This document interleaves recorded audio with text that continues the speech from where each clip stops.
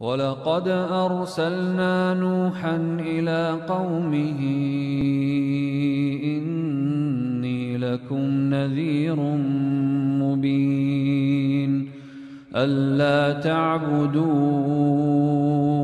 إلا الله إني أخاف عليكم عذاب يوم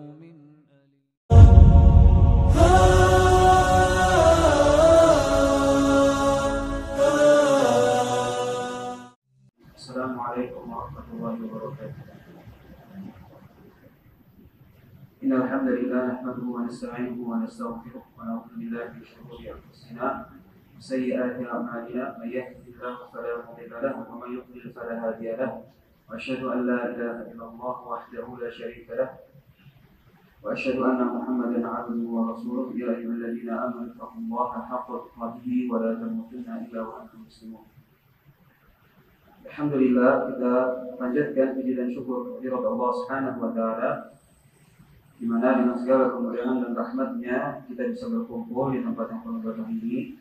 Dan insyaallah taala kita akan membahas sebuah kajian atau matan ringkas yang ditulis oleh Syekh Muhammad bin Abdul Wahhab rahimahullah taala, yaitu Nawaqidul Islam atau pembatal-pembatal keislaman. Pembatal Islam.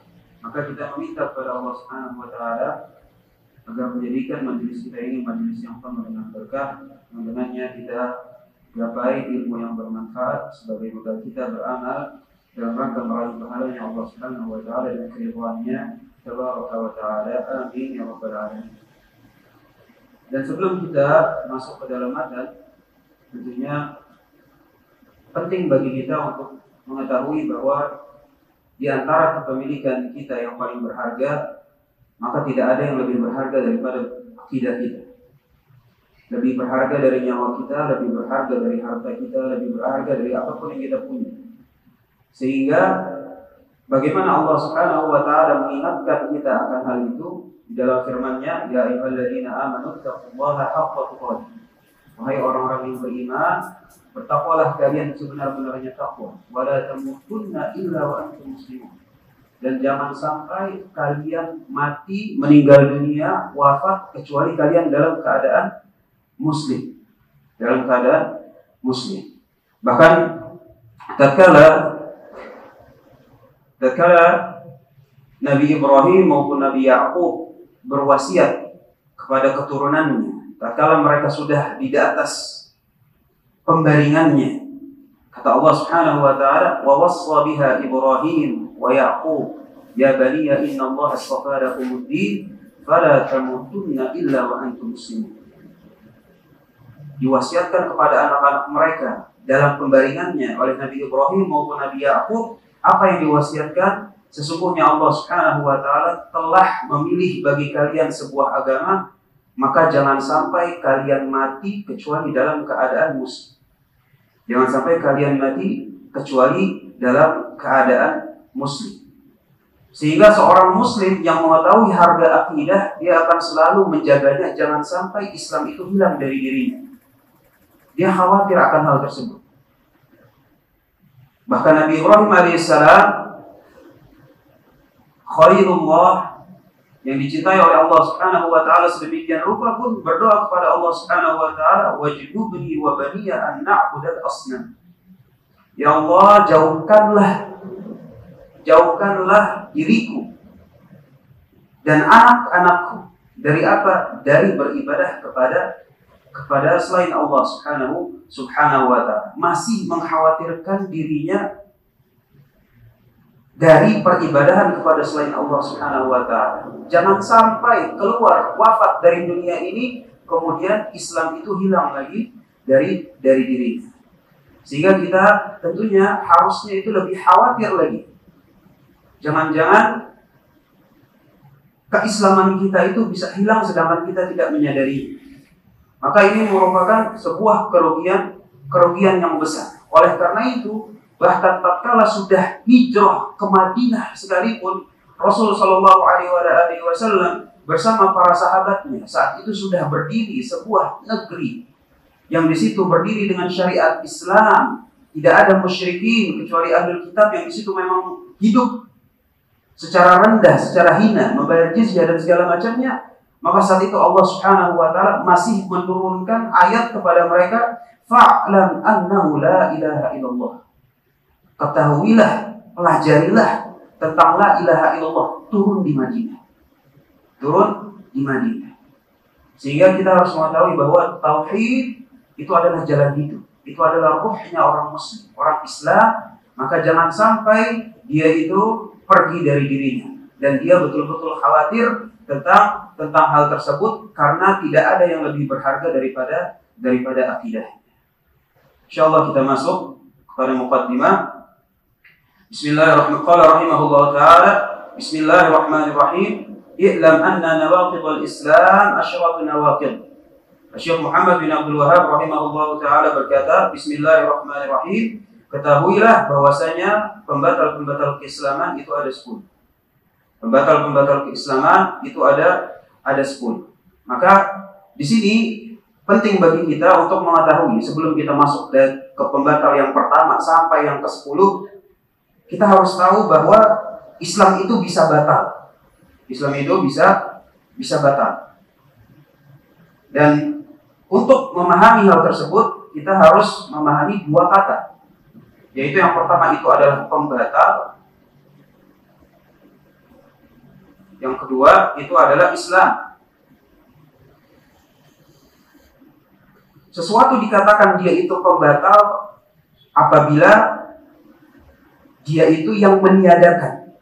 Yang tadinya itu ada, kemudian dia jadinya, misalnya tadinya ada dalam suatu wadah, kemudian dia nanti jadinya kosong, ini namanya pembatal. Namanya pembatal. Atau dia itu bertolak belakang. Bertolak belakang. Bertolak belakangnya itu secara prinsip. Jadi bukan cuma sekedar bertolak belakang, tapi dalam kadar yang ringan. Ya. Tetapi secara prinsip memang sudah bertolak belakang. Dan tentunya kalau kita membahas dalam bingkai syariat Islam, maka bertolak belakang baik dari segi bahasa, yaitu bahasa Arab yang dengannya Al-Quran itu diturunkan, atau secara syariat, syariat.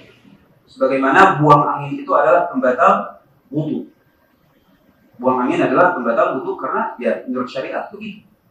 Dia bertolak belakang secara prinsip. Inilah pembatal yang menyebabkan tadinya ada kemudian jadi nggak ada, atau yang secara prinsip memang bertolak belakang, baik secara lughah, secara bahasa, ataupun secara syariat. Dalam Islam, sebagaimana dikatakan oleh penulis dalam Thalathatul Ushul, dia adalah istislamu lillahi bitauhid. Dia itu adalah berserah diri. Berserah, gelap nggak? Nggak, kelihatan ya? Kelihatan? Dia adalah berserah diri kepada Allah, istislamu lillahi bitauhid, dengan tauhid. Yang konsekuensinya itu adalah 2. Yang pertama itu adalah al-inqiyadu lahu bitta'ah, tunduk, patuh, terikat kepada Allah Subhanahu wa taala, pada Allah dengan ketaatan.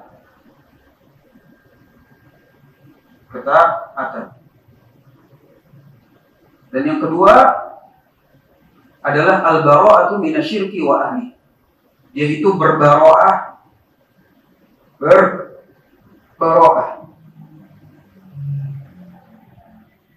dari kesyirikan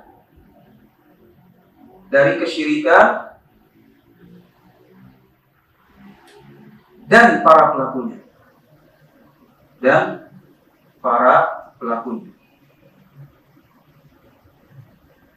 Sebagaimana dalam bidang-bidang lain itu mereka memiliki istilah-istilah yang memang tercakup dalam bidang tersebut.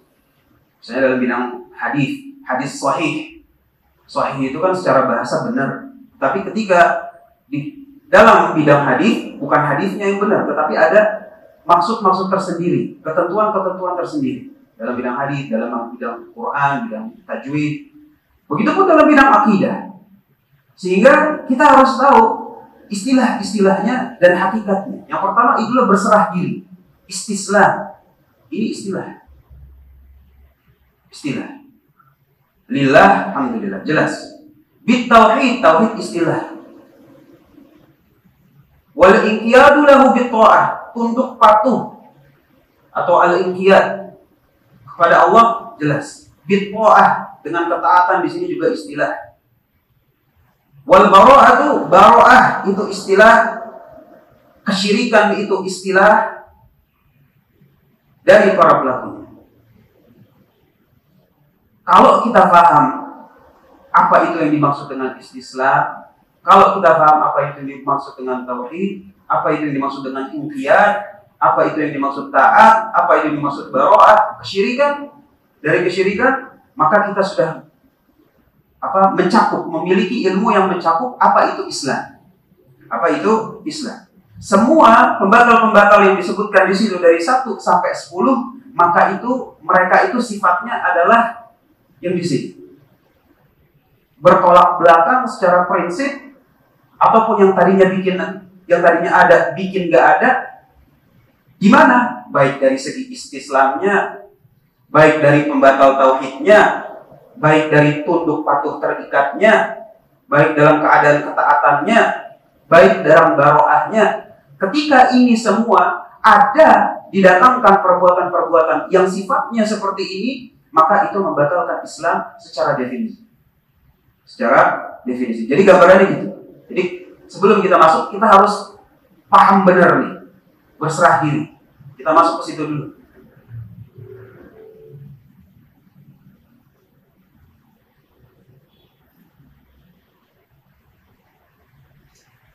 Berserah diri, ya sebenarnya kalau bahasa jelas gitu kan. Artinya kalau dibilang A, ya A. Kalau disuruh B, B. Sama dia dengan tunduk patuh dan terikat. Dia semakna. Dia itu semakna. Tunduk patuh dan terikat. Berserah diri, istislam maupun inqiyad itu merupakan, bisa bilang adalah sinonim.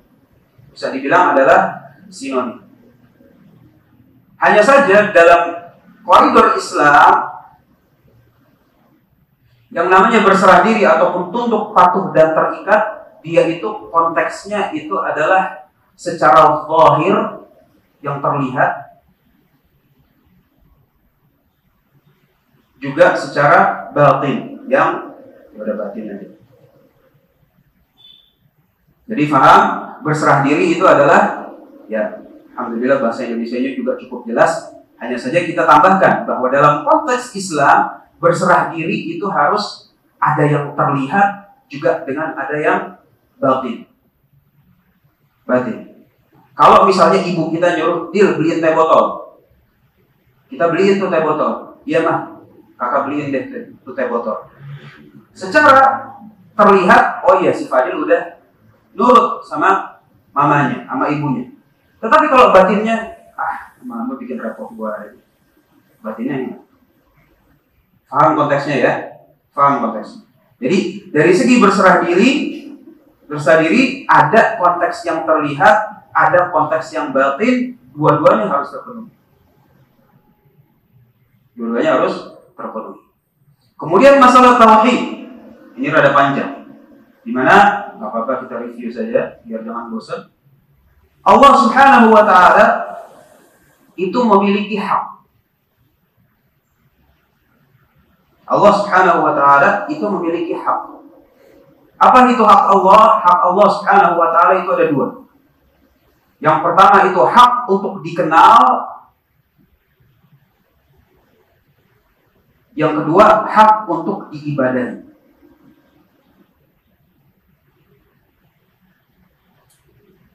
Tauhid itu adalah ketika hak Allah Subhanahu wa Ta'ala yang ini ditauhidkan, artinya dimurnikan, disatukan, tidak dibagi. Cuma untuk Allah Subhanahu wa Ta'ala. Yang lain Enggak. Ketika cuma satu, maka inilah dia yang namanya tauhid. Ketika dibagi, itulah dia yang namanya syirik. Hak Allah yang pertama dikenal lewat nama-nama maupun sifat-sifatnya. Hak Allah Subhanahu wa taala diibadahi, ya, ibadah. Oleh karena itu, ketika membahas masalah tauhid, biasanya para ulama membagi tauhid itu menjadi tauhid rububiyah, ya kan, nama-nama, sifat-sifatnya maupun perbuatan-perbuatannya. Jadi hak Allah dikenal itu lewat nama-nama dan sifatnya dan perbuatan-perbuatannya. Ibadahi. Makanya tauhid itu menjadi 3. Yang pertama adalah tauhid rububiyah, tentang perbuatan-perbuatan kekhususan Allah Subhanahu wa taala atau perbuatan-perbuatan Allah. Yang kedua adalah uluhiyah, yaitu tentang ibadah. Dan yang ketiga tentang nama asma wa sifat. Asma wa sifat. Ini hak Allah Subhanahu wa taala. Sebagian ulama yang lain juga, sebagaimana Ibnu Taimiyah dan Ibnu Qayyim, mereka membagi tauhid bukan 3, tapi 2 aja. Tauhidul ma'rifah sama tauhidul qasdi wa talab. Tauhid dikenal dan tauhid untuk diibadah. Cuma 2. Mau 2 atau 3 nggak masalah. Yang penting hakikatnya harus tetap. Yang penting hakikatnya, gambarannya jangan sampai kabur. Jangan sampai kabur. Jadi mau yang 3 ataupun yang 2, selama gambarannya, bingkainya itu yang kita maksud di sini, nggak masalah. Nggak ada paksaan dalam istilah. Jadi kalau antum yang kedua terus kita keliruin, yang ketiga bilang 3 kita keliruin, enggak. Ini cuma istilah aja untuk memudahkan dalam pemahaman tentang tauhid. Syirik. Dan syirik. Artinya kalau satu itu tauhid, berarti itu Allah, untuk Allah Subhanahu wa taala semata itu adalah tauhid. Kalau dibagi ini syirik. Kalau misalnya kadarnya besar, yang dibagi apaan nih? Ya kan? Iya. Hak Allah Subhanahu wa taala dikenal dan diibadahi.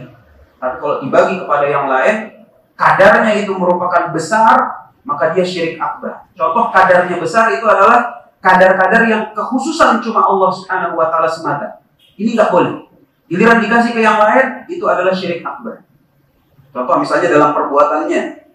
Perbuatan kekhususan Allah Subhanahu wa taala, contohnya menciptakan, menurunkan rezeki, menghidupkan, mematikan, mengatur alam semesta. Kapan kekhususan ini diakui kepada selain Allah Subhanahu wa taala, maka itu adalah kadar yang besar, maka syiriknya pun syirik akbar. Kenapa? Karena kekhususan Allah Subhanahu wa taala. Contoh misalnya orang yang berkeyakinan misalnya Nyi Roro Kidul adalah pengatur alam pantai selatan. Nah, itu kadarnya udah besar. Kadarnya udah besar, sehingga keyakinan seperti ini adalah keyakinan yang bersifat syirik akbar. Kalau kadarnya kecil, maka dia syirik asghar. Kecil.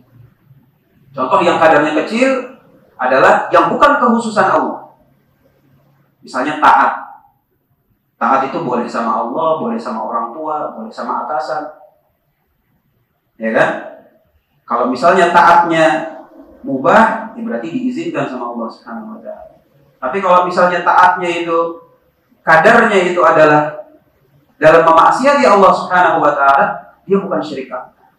Dia bukan syirik akbar. Sehingga penting kita paham yang di sini. Ibadah, maka ibadah ini hak Allah Subhanahu wa taala. Mau cuma kecil tapi cuma dikit, aneh cuma misalnya aneh buat syirik, jangan aneh. Saya ada orang gitu bilang, kan kita berbuat kesyirikan paling setahun sekali. Setahun sekali nggak bisa. Kalau ibadah mau banyak, dikit, sering, jarang. Kalau udah ibadah itu kesyirikan. Ini udah nggak kadar-kadarnya lagi.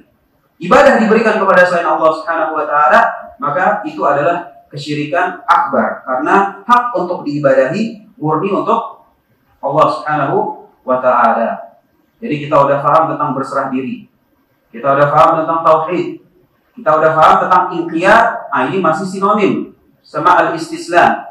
Sinonim berarti konteksnya ada yang terlihat, ada juga yang batin. Di sini ketaatan. Ketaatan maka Kata Ibnu Qasim rahimahullah taala dalam hasyiahnya dalam Thalathatul Usul, ketaatan di situ adalah maja'at bihi ar-rusul. Segala sesuatu yang para rasul itu datang dengannya. Yang para rasul datang dengannya itu disebutnya adalah syariat. Jadi ketaatan di sini yang dimaukan adalah syariat yang diberikan kepada para rasul. Syariat yang diberikan kepada para rasul. Terakhir, baro'ah. Baro'ah itu secara bahasa dia adalah berlepas diri. Berlepas diri.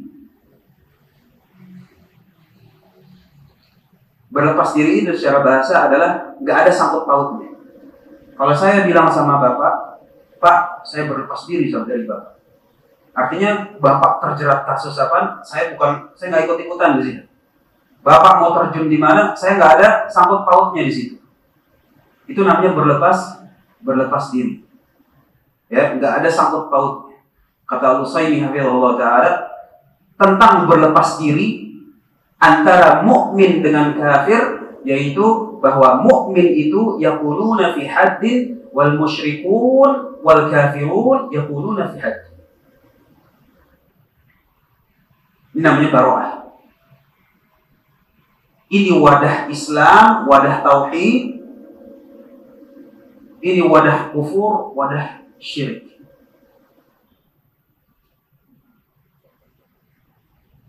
Nggak ada sangkut pautnya. Dia wadah yang terpisah. Beda wadah. Pemeluknya itu ada di sini. Namanya muslimun, muwahhidun, mukminun. Kufur maupun syirik juga ada di sini. Musyrikun, kafirun, ini di sini. Nggak ada sangkut pautnya. Ini dia baro'ah. Perpisahan dua wadah yang terpisah yang didasarkan perbedaan akidah. Itu namanya baro'ah. Nah, inilah dia Islam. Inilah dia Islam. Pada setiap zaman, setiap waktu. Sehingga kalau misalnya kita pengen tahu, Ustaz, kalau misalnya dulu zaman Nabi Nuh, mereka itu pengikut Nabi Nuh kayak gimana sih? Pengikut Nabi Nuh adalah orang-orang yang berserah diri kepada Allah dengan tauhid. Tunduk patuh terikat kepada Allah dengan syariatnya Nabi Nuh dan berbaro'ah dari kesyirikan dan para pelakunya. Saat itu orang yang melakukan demikian di zaman Nabi Nuh, muslimun. Zaman Nabi Hud, muslimun. Zaman Nabi Isa, muslimun. Zaman Nabi Musa, muslimun. Nabi Ibrahim, muslimun.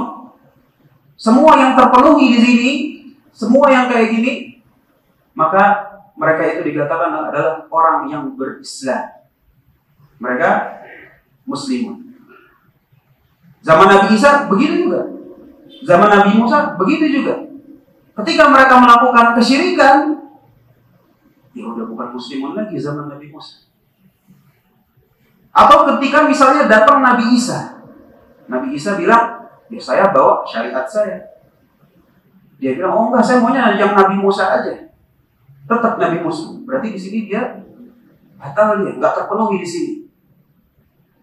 Tatkala zaman Nabi Isa, maka orang yang kayak gini udah bukan muslimun lagi, tapi Yahudi.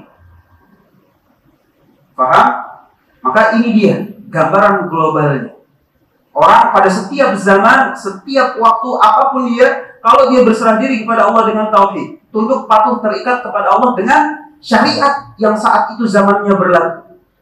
Kemudian dia juga berbaro'ah dari kesyirikan dan para pelakunya, yaitu Islam.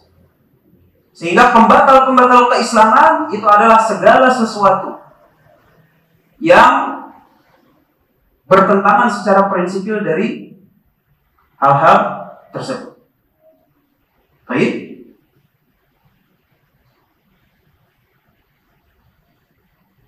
Nah, satu konsep lagi, yaitu Islam itu terkadang diibaratkan dengan iman. Makanya biasanya kalau ada muslimun, ya berarti mukminun, muhsinun. Jadi Islam memiliki makna umum maupun makna khusus. Makna umum, ini dia. Makna umum, itu dia. Makna khusus, biasanya itu kalau ada ditemenin sama istilah iman. Kalau misalnya ditemenin sama kata-kata iman, maka Islam itu bermakna perbuatan zahir. Perbuatan zahir. Makanya kalau rukun Islam, itu perbuatan zahir semua, bisa dilihat. Kenapa? Ya, karena ada rukun Islam sama rukun iman. Pokoknya kalau ada kata-kata iman, maka Islam itu bermakna perbuatan zahir. Tapi kalau cuma Islam doang, datang gitu, Islam, berarti ini. Berarti itu juga adalah iman. Islam itu bermakna iman. Orang yang Islam pada zaman Nabi Nuh, itu tadi. Terus kalau orang yang beriman pada zaman Nabi Nuh, sama aja, sama mawon aja. Sama. Jadi tinggal cuma beda ibarat saja. Secara umum, baik iman maupun Islam, gambaran globalnya itu. Bisa dibilang Islam, bisa dibilang iman dalam pemutlakan globalnya. Oleh karena itu, ketika para salaf itu bilang al-iman, ya kan, yazidu bil ta'ah wa yanqusu bil ma'siyah. Iman itu bisa naik dengan ketaatan, bisa turun dengan ketaatan. Itu maksudnya juga kualitas Islam seseorang juga naik dengan ketaatan dan turun dengan kemaksiatan. Sama. Islam itu bermakna sama dengan iman. Nah, di antara yang seperti ini, iman itu, kata para salaf, kan al-imanu qaulun wa amal. Iman itu adalah ucapan dan amalan. Ucapan dan amalan. Kata Ibnu Taimiyah rahimahullah taala dalam Aqidatul Wasithiyah, ucapan hati,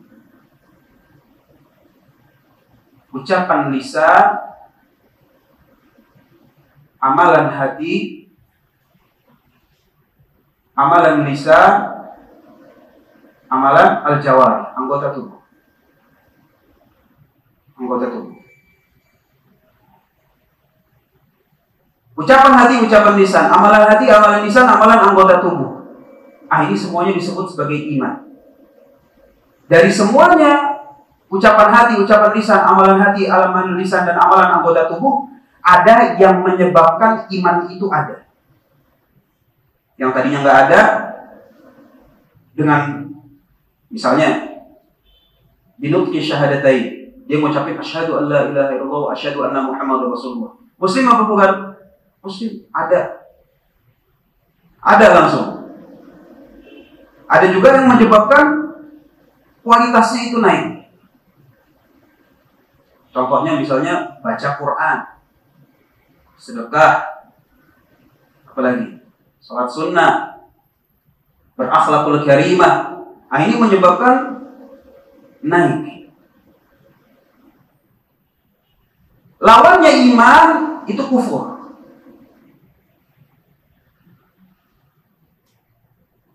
Ya kalau iman itu bisa ada, bisa naik, lawannya ya berarti yang bisa nurunin sama bisa ngilangin. Yang bisa ngilangin namanya kufur akbar. Yang cuma sekedar nurunin tapi nggak hilang, itu berarti derajat di bawahnya. Bisa disebutnya kufur asghar, bisa disebutnya al-kabair, bisa disebutnya shaghair, bisa disebutnya maksiat, bisa disebutnya dosa. Yang penting di bawah derajat kufur akbar. Dia di bawahnya, di sini.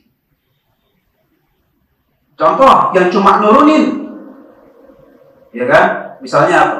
Mencuri, nyolong, begal, buka aurat bagi wanita, buka aurat juga bagi laki-laki misalnya. Ya kan? Itu nurunin iman. Nurunin iman. Nurunin kualitas Islam juga. Bukan kufur akbar, belum nyampe. Dia itu bukan ngilangin. Nurunin iya. Tapi untuk ngilangin, enggak. Nah, yang ngilangin,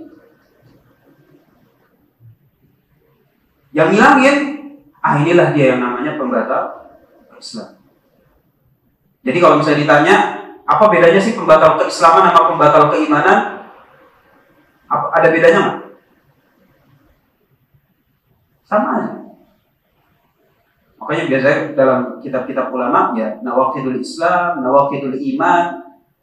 Cuma beda istilah aja. Yang mau pakai Islam boleh, pakai iman boleh, karena maksudnya saja. Ini dia. Jadi kalau misalnya kita mau menggambarkan apa itu pembatal keislaman, ini dia. Bukan cuma yang sekedar nurunin, bukan nurunin doang nih. Tetapi dia nilainya. Kalau kini udah paham, maka dari pembatal 1 sampai 10 kita itu langsung plong. Langsung lebih gampang dalam memahaminya. Langsung kita masuk yang pertama. Pembatal yang pertama, qala rahimahullahu taala,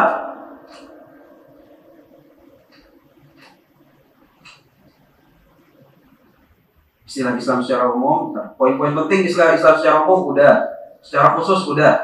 Kata Islam dan pembatal keislaman. Islam secara umum atau secara khusus sudah disinggung bahwa Islam secara umum. Perkataan salaf, iman itu ucapan dan amalan, udah. Gambaran konkretnya udah kita bahas semuanya. Kalau udah, baru kita masuk kepada pembatal yang pertama. Qala rahimahullahu ta'ala, al-awwalu syirku fi ibadatillahi ta'ala. Qala Allah ta'ala, inna Allah la yaghfiru an yushraka bih wa yaghfiru ma duna dzalika liman yasha wa may yusyrik billah faqad iftara itsman 'azima. Pertama, kesyirikan dalam peribadahan kepada Allah. Allah berfirman, sesungguhnya Allah tidak akan mengampuni dosa syirik dan Dia mengampuni segala dosa yang selain dari itu. Duna dzalik, maksudnya selain dari itu adalah yang tingkatnya di bawah kesyirikan. Jadi kalau syirik itu di sini, Allah Subhanahu wa taala mengampuni yang mana? Yang derajatnya bukan nyampe ke sini. Karena yang enggak diampuni Allah Subhanahu wa taala itu bukan cuma syirik akbar doang, enggak. Gak beriman sama Nabi Muhammad SAW juga gak diampuni. Bilang Al-Quran itu gak lengkap, itu juga gak diampuni. Al-Quran itu gak relevan. Al-Quran ini udah kitab kuno. Kenapa? 1 derajat. Yang diampuni oleh Allah Subhanahu wa taala, yang maksud diampuni adalah mungkin diampuni. Mungkin loh. Yang tadi nyuri, begal, melihat yang gak benar, buka aurat, bunuh, segala macam. Yang cuma menurunkan, ini derajatnya. Ini yang masih ada kemungkinan Allah Subhanahu wa taala ampuni. Bagi siapa saja yang dikehendaki. Belum tentu kita. Mudah-mudahan kita dapat, tapi belum ada jaminan bahwa kita bakalan dapat. Oleh karena itu hati-hati dari maksiat. Wa qala musannif rahimahullah taala, wa qala innahu may yusyrik billah faqad harramallahu 'alaihi al-jannah wa ma'wahu an-nar wa ma lidh-dhalimin min ansar. Dan juga Allah Subhanahu wa taala berfirman, sesungguhnya barang siapa yang berbuat kesyirikan kepada Allah, maka sungguh Allah mengharamkan syurga atasnya dan tempat kembalinya adalah neraka, dan bagi orang-orang yang zalim tidak ada satu orang penolong pun. Dan wa minhu adzabu li ghairillah, adzabhu li ghairillah kaman yadbahu lil jinni aw lil qabr. Dan di antara kesyirikan adalah memberikan sembelihan kepada selain Allah, seperti orang yang memberikan sembelihan kepada jin atau kuburan. Jadi gambaran permasalahan tentang pembatal pertama,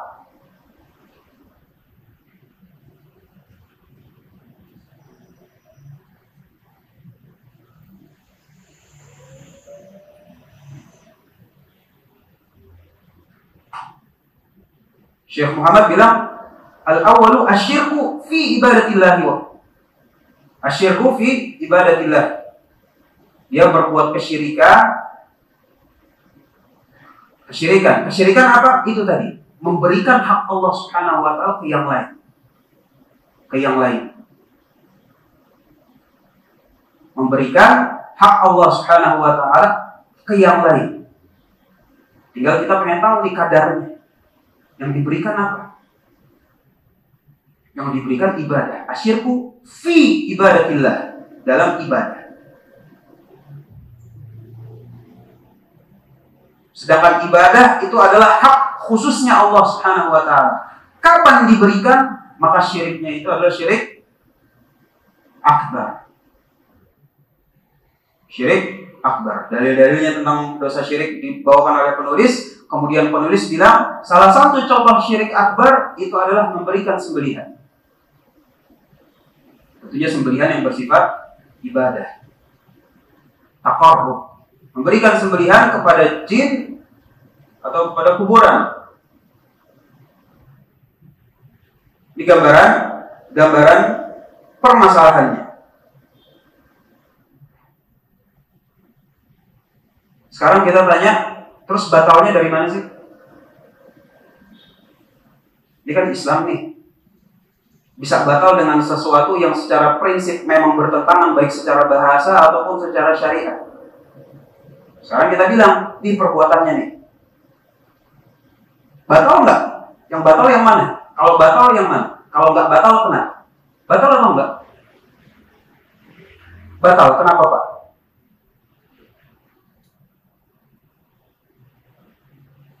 Berserah dirinya udah nggak pakai tauhid lagi, ya kan? Berserah dirinya pakai kesyirikan, berarti dari sininya dia udah nggak terpenuhi.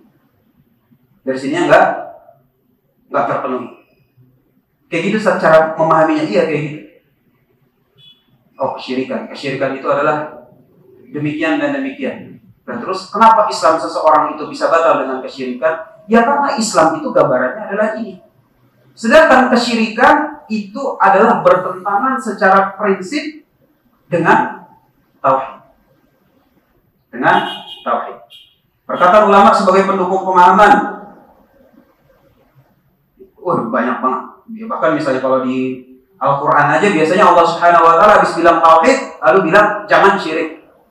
Kan begitu kan? Wa'budullaha wa la tusyriku bihi syai'an. Wa qad rabbuka alla ta'budu illa iyyah. Wa bil walidayni ihsana. Iyyaka na'budu wa iyyaka nasta'in. Udah langsung Allah Subhanahu wa taala. Cuman kadang-kadang misalnya kita bawa perkataan Quran atau sabda Nabi SAW, orang itu bilang, itu kan pemahaman antum. Kalau pemahaman ulamanya lebih banyak lagi gitu. Bahwa tentang kesyirikan itu adalah pembatal tauhid. Nah, yang paling ana suka itu adalah perkataannya Abdurrahman bin Hasan. Abdurrahman bin Hasan bilang, "Man fa'ala syirka faqad taraka tauhid." Barang siapa yang melakukan kesyirikan, sungguh dia telah meninggalkan at-tauhid. Barang siapa yang melakukan kesyirikan, sungguh dia telah meninggalkan at-tauhid. Li'annahuma, karena keduanya la yajtami'an wala yaftariqan. Karena tauhid dan syirik gak mungkin terkumpul dalam satu wadah, wala yaftariqan, gak mungkin juga dia terpisah dari wadah yang sama. Artinya satu wadah, yaitu kita itu, misalnya si seorang hamba ini, ya kan? Kata Abdurrahman bin Hasan, "Man fa'ala syirka faqad taraka tauhid." Barang siapa yang melakukan kesyirikan, ini tauhid. Yang tadi dia ada di sini. Man fa'ala syirka, dia berbuat syirik. Faqad taraka tauhid. Udah pindah wadah. Wadahnya apa? Yang dia buat syirik. Li'annahuma, karena tauhid dan syirik la yajtami'an wala yaftariqan. Karena tauhid dan syirik itu enggak mungkin terkumpul dalam satu wadah. Jadi orang nih si A, gak mungkin di dalam dirinya itu ada tauhid, ada syirik sekaligus dalam satu waktu yang bersamaan. La yajtami'an, gak mungkin terkumpul dalam satu waktu. Gak mungkin terkumpul dalam satu waktu, gak mungkin juga wala yaftariqan. Dia gak ada tauhid, gak ada syirik, kosong gitu melompok. Terus kalau gak ada tauhid, gak ada syirik, apaan lo? Ateis itu kesyirikan. Kenapa? Karena dia meniadakan Allah Subhanahu wa taala. Itu merupakan keyakinan kesyirikan. Kesyirikan enggak mungkin kosong. Jadi orang itu kalau enggak muwahhid, di situ ada tauhid, ya berarti di situ ada kesyirikan. La yajtami'an wala yaftariqan. Enggak mungkin dia. Itu dikatakan oleh Syekh Abdurrahman bin Hasan dalam Ad-Durrah. Atau juga dalam ibarat yang lain, yaitu anaknya Abdurrahman bin Hasan, yaitu Abdul Latif, disebutkan dalam Minhajut Ta'sis, kata beliau rahimahullah ta'ala, wa'lam anna syirka, anna al-islam wa syirka, ketahuilah bahwa Islam dan kesyirikan itu adalah naqidhan, adalah pembatal antara satu dengan yang lain. Naqidhan, dua kutub yang bertentangan, kutub positif sama kutub negatif. Gak bakal nempel. Gak. Kalau magnet nempel gitu ya. Artinya antum tahu lah maksudnya. Maksudnya bukan dalam dunia magnet kalau positif dan negatif jadi nempel. Gitu. Tapi dia adalah naqidhan yang membatalkan antara satu dengan yang lain. Membatalkan antara satu dengan yang lain, la yajtami'an wa la yartafi'an. Gak mungkin terkumpul dalam satu waktu secara bersamaan dan juga gak mungkin la yartafi'an. Dua-duanya terangkat pada satu yang bersama. Ala kulli hal, ini ucapan ulama sebagai bukti bagi kita bahwa kalau ada syirik berarti tauhidnya di sini terhapus. Kalau ada syirik, tauhidnya di sini terhapus sehingga definisi Islam yang tadinya berserah diri kepada Allah Subhanahu wa taala dengan tauhid udah enggak terpenuhi secara definisi. Orang kalau secara definisi tidak terpenuhi, ya berarti yang terpenuhi definisinya disebut muslim, yang tidak terpenuhi secara definisi dinamakan sesuatu non muslim.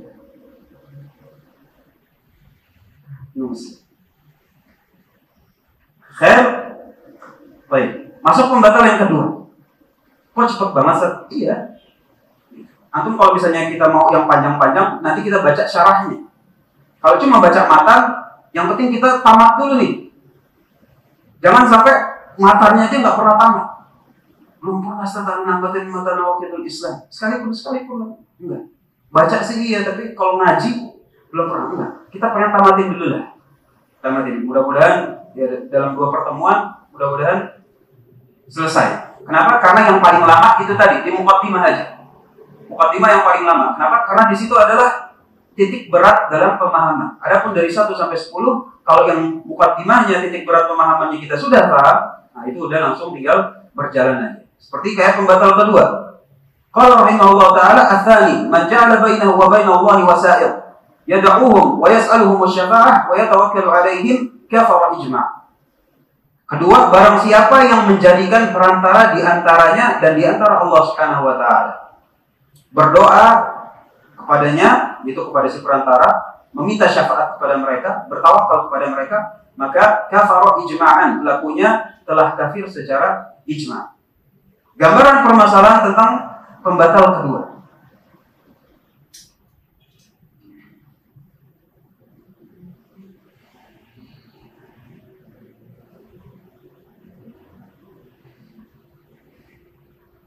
Gambaran permasalahannya, man ja'ala bainahu wa bainallahi wasa'il. Ini hamba. Dia mau beribadah kepada siapa? Beribadah kepada Allah Subhanahu wa taala. Mau beribadah kepada Allah Subhanahu wa taala, cuma ja'ala bainahu wa bainallahi wasa'il. Ada perantaranya. Ada perantaranya. Perantara yang seperti ini di dalam Islam ada yang dibenarkan secara syar'i,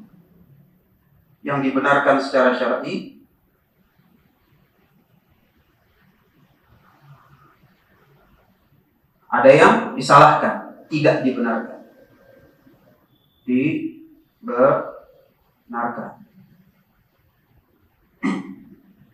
Contoh misalnya yang dibenarkan. Kita mau mendekatkan diri kepada Allah Subhanahu wa taala, kita bilang sama emak kita nih. Ma, jangan lupa doain Fadil. Boleh nggak? Perantara bukan tuh doa orang tua. Perantara. Ma, doain ya, Ma. Mau merantau di Jakarta. Berat. Iya, nah, insya Allah mau berat. Didoain. Supaya apa? Supaya kamu tetap jadi orang yang soleh segala macam. Biar kita dekat sama Allah Subhanahu wa taala. Perantara boleh. Atau enggak kita sedekah dulu. Kayaknya doa kalau nggak pakai sedekah nggak enak. Ya kan, habis kita sedekah, baru kita doa. Kita bilang sama Allah, ya Allah, saya sudah bersedekah untuk pada si fulan. Sedangkan saya ini sebenarnya rezeki lagi seret di bulan, ya Allah. Mudah-mudahan kalau memang ikhlas, tolong kabulkan doa saya supaya saya bisa umroh bulan depan. Perantara, terus sedekahnya gitu kan. Boleh nggak? Boleh. Dibenarkan secara syariat gitu. Ataupun perantara pakai nama-nama Allah Subhanahu wa Ta'ala. Kita berdoa kepada Allah Subhanahu wa Ta'ala dengan pakai nama-namanya, Ya Rahman, Ya Rahim. Boleh. Untuk mendekatkan diri pada dibenarkan secara syar'i. Yang tidak dibenarkan secara syar'i, kalau udah tidak dibenarkan, ada yang sifatnya itu adalah kufur akbar, level kufur akbar, ada yang di bawahnya.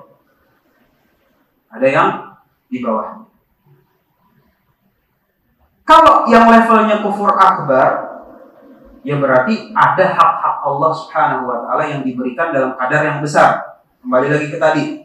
Kalau kadar yang diberikan kepada Allah Subhanahu wa Ta'ala sifatnya besar, maka itu dia kufur akbar. Kufur akbar. Dalam pembatal yang kedua, kata penulis adalah man ja'ala bainahu wa bainallahi wasa'id, terus yad'uhum. Dia doa ke sini. Doanya bukan ke Allah, ke sini. Doa. Wa yas'aluhumus syafa'ah, minta syafaat.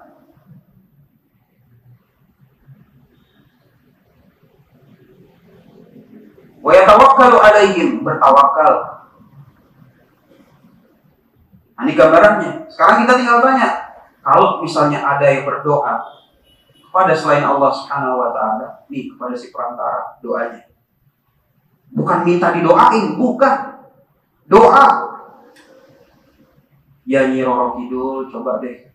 Ya Prabu Siliwangi, ya siapa tuh yang bikin tanaman subur katanya? Dewi Sri, ya Dewi Sri, tolong bikin tanaman ini jangan sampai kena hama. Itu doa tuh. Doanya langsung ke sini. Maka kita bilang, itu kan hak Allah, Ustaz. Memalingkan hak Allah Subhanahu wa Ta'ala dalam ibadah, doa itu ibadah, itu kan syirik akbar. Berarti sama-sama. Berarti pembatal kedua itu adalah dari segi syirik. Sama kayak pembatal yang pertama, cuma beda gambaran aja. Dibawakan oleh penulis, artinya dipisah gitu antara pembatal yang pertama dan dengan pembatal kedua, itu untuk menggambarkan betapa seringnya yang kayak gini terjadi di tengah-tengah kaumnya atau masyarakatnya beliau rahimahullah ta'ala. Ya kan? Perantara dia minta doa ke sini, minta syafaatnya ke sini. Kalau doa itu begini, kalau minta syafaat itu kayak doa ke sini bilang, tolong minta ke Allah. Jadi ujung-ujungnya ke Allah juga dia. Ma na'buduhu illa yuqarribuna ila Allahi zulfa. Mereka itu berbuat kesyirikan untuk apa? Untuk mendekatkan diri kepada Allah Subhanahu wa Ta'ala. Inilah agamanya kesyirikan. Inilah agamanya musyrikun. Kata Allah Subhanahu wa Ta'ala dalam Al-Quran. Dia tidak syafaat. Tolong minta ke Allah. Tetapi doanya tetap ke sini. Enggak langsung dia. Ada ibadah yang diberikan ke dia. Atau tawakal, parah. Tawakal, udah tawakal aja, Bu. Enggak. Lewat sini Prabu Siliwangi akan melindungi kita. Ini, itu tawakal. Udah tawakal aja, Bang. Cuma dia nggak mungkin bilangnya udah tawakal aja sama Prabu Siliwangi, nggak mungkin. Karena musyrikun juga malu gitu kan begitu. Enggak. Tetapi intinya pembatal yang kedua itu adalah sifatnya itu syirik akbar. Barang siapa kalau melakukan syirik akbar, berarti tauhidnya di sini nggak terpenuhi. Secara definisi Islam itu berserah diri kepada Allah dengan tauhid. Kalau udah ada syirik, definisi nggak terpenuhi. Kalau terpenuhi namanya Muslim, nggak terpenuhi namanya non Muslim. Gitu. Iya gitu. Pembatal kedua.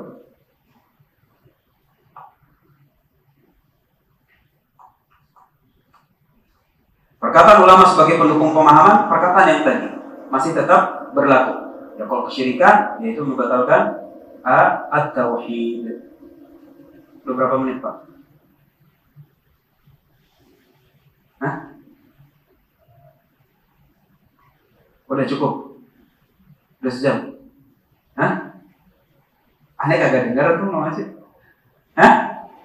Pertanyaan, Pak? Saya insyaallah.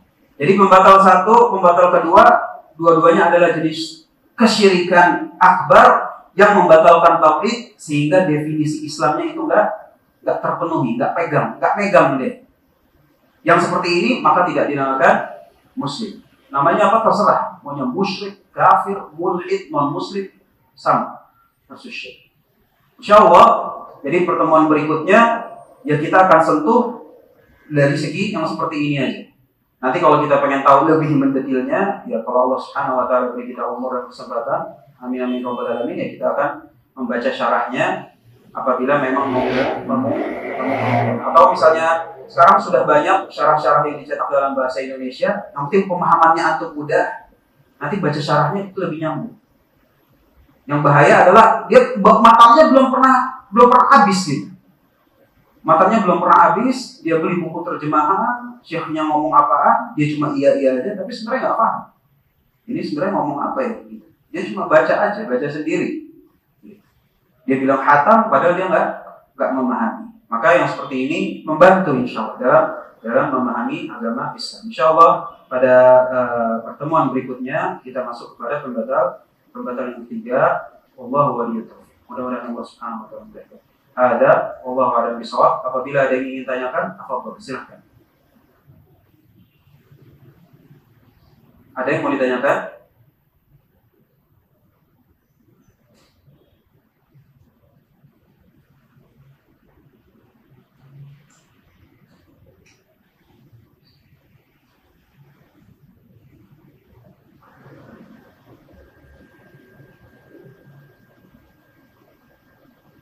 Masya Allah, nggak ada.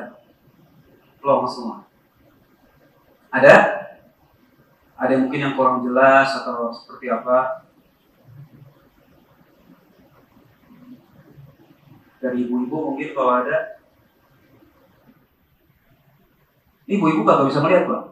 Hah? Oh bisa. Oh, bisa.